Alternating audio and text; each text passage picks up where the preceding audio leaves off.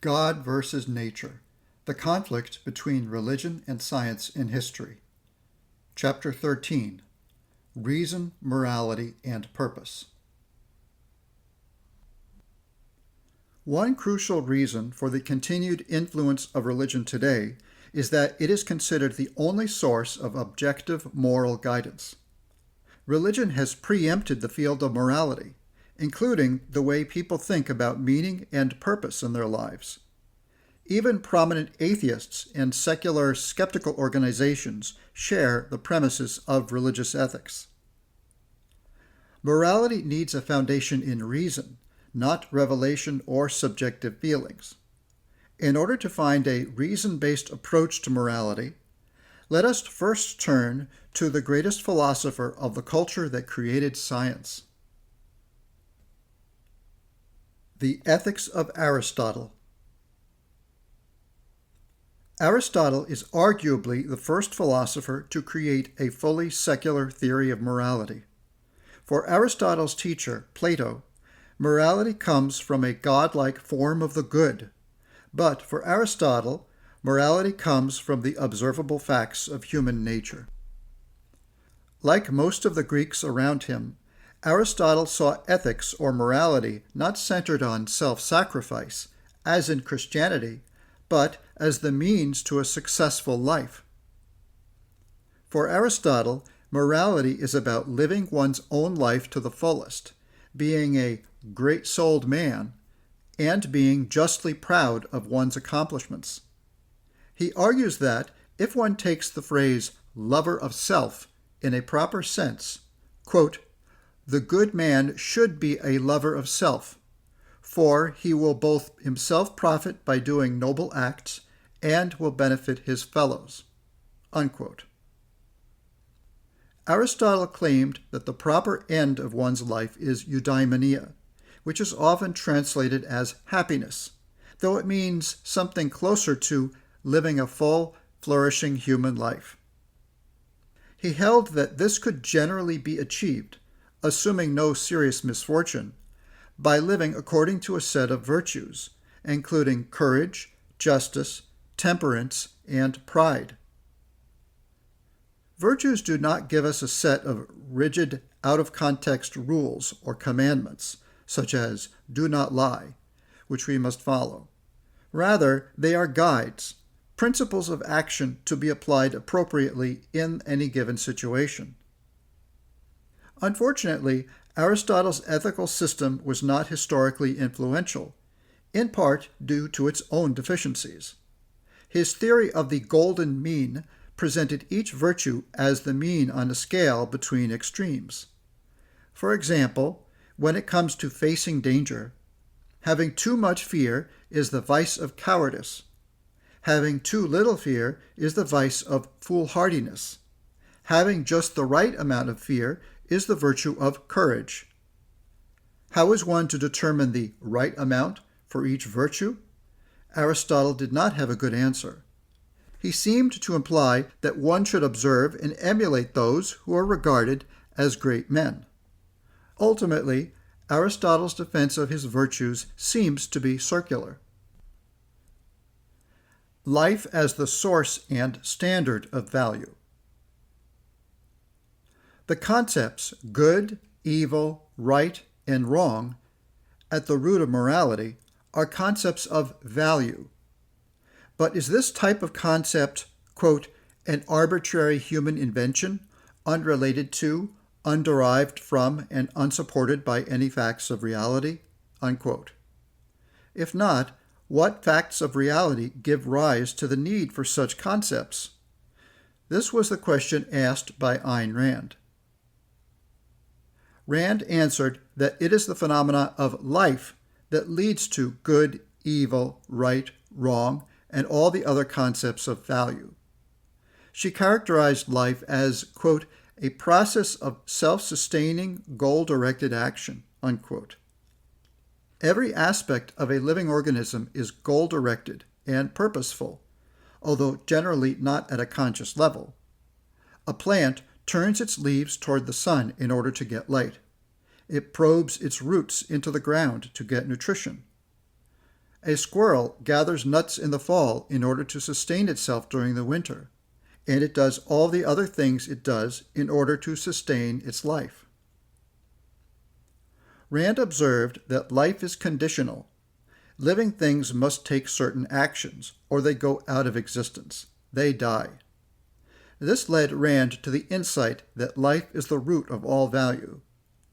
All values have a to whom and a for what. The to whom is the organism itself. The for what is the organism's life. With plants and many animals, it is often easy to see when a living organism is living successfully or flourishing. It is healthy. It is taking all the actions needed to sustain its life, which is its ultimate purpose. In contrast, sometimes we see a plant or animal which is barely surviving. It is alive, but not really alive. For human beings, the same issue of flourishing exists. As Sam Harris correctly points out in his book, The Moral Landscape, quote, "The difference between a healthy person and a dead one is about as clear and consequential a distinction as we ever make in science. The differences between the heights of human fulfillment and the depths of human misery are no less clear." Unquote. However, as we shall see, Harris comes to very different ethical conclusions than Rand does. The complexity of human well-being puts it on a different order than that of the other animals. Humans have a distinctly volitional and conceptual consciousness. They must continuously make choices, where every action has possible long-range consequences. Rand argues that, in order to flourish, human beings need a code of morality to guide their choices and actions. This is what morality is for. Rand argues that the standard of moral value is, quote, man's life, unquote, or, quote, that which is required for man's survival qua man, unquote. For Rand, this means a full, flourishing life as a rational animal, centered on three fundamental values: reason, purpose, and self-esteem. Reason has been discussed in earlier chapters. Here it is important to note that reason is our basic means of survival, but it is not automatic. It must be exercised by choice and the exertion of effort. Holding reason as a fundamental value means choosing to place it at the center of one's life. Holding purpose as a fundamental value means organizing one's life around wide goals, such as a productive career, as we will see in the next section. The last of these fundamental values, self-esteem, is, in Rand's words, quote, man's inviolate certainty that his mind is competent to think and his person is worthy of happiness, which means is worthy of living, unquote.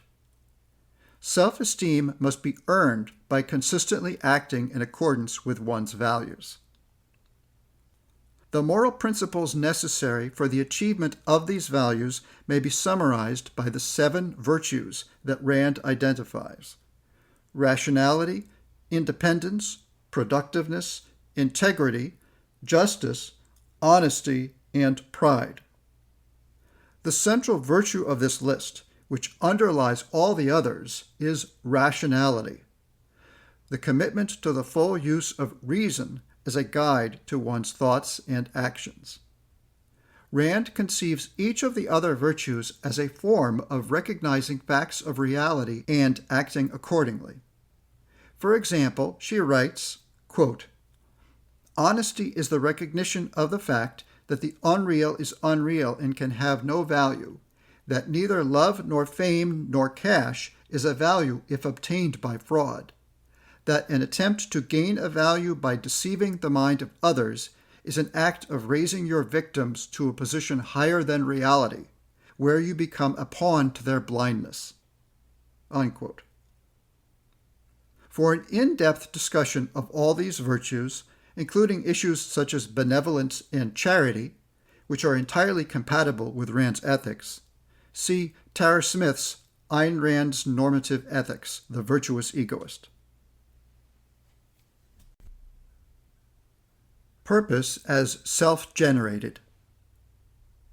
It has often been observed that a sense of purpose is an important component of a happy life. The person who sets no wide goals in his life, has no important values, and lives only moment to moment will not be happy. In the religious view, meaning and purpose are things that come from outside oneself. We are all supposedly actors in God's play, and once you figure out your role in this play, you can say, I found my purpose in life, or I found the meaning of my life. According to Pastor Rick Warren, quote, without God, life has no purpose, and without purpose, life has no meaning, unquote. But the truth is that purpose and meaning do not come from outside. They come from within oneself. Purposes must be chosen according to one's own personal values, and they must be chosen rationally by an objective standard. An important type of purpose is one's productive work or career. There is a virtually unlimited number of types of productive work one might pursue. One might work as a teacher, an engineer, a lawyer, a farmer, a fireman, a businessman, or any other legitimate profession, as opposed to being a bank robber or panhandler. Parenting itself may be seen as a productive purpose. One's productive purpose may change several times over the course of one's lifetime. The acts of defining one's central purposes and of acting on them over time are what give one's life meaning. A meaningful life is one that is filled with the pursuit of important values, values that are personally important to oneself. Rand contrasted her morality with the culturally dominant morality of altruism, which, contrary to popular understanding, does not mean benevolence or being nice to other people. Coined by philosopher Auguste Comte in the 19th century from the Latin root for other, the term altruism means otherism. It means that you have a duty to sacrifice your own values for the good of other people. Although the term is historically recent, the idea of altruism is fairly widespread in history, appearing in some form in virtually all religions. Consider the Jesus of Christianity. He is seen as the ultimate altruist, sacrificing himself completely for the good of humanity. The New Atheists and the Morality of Christianity.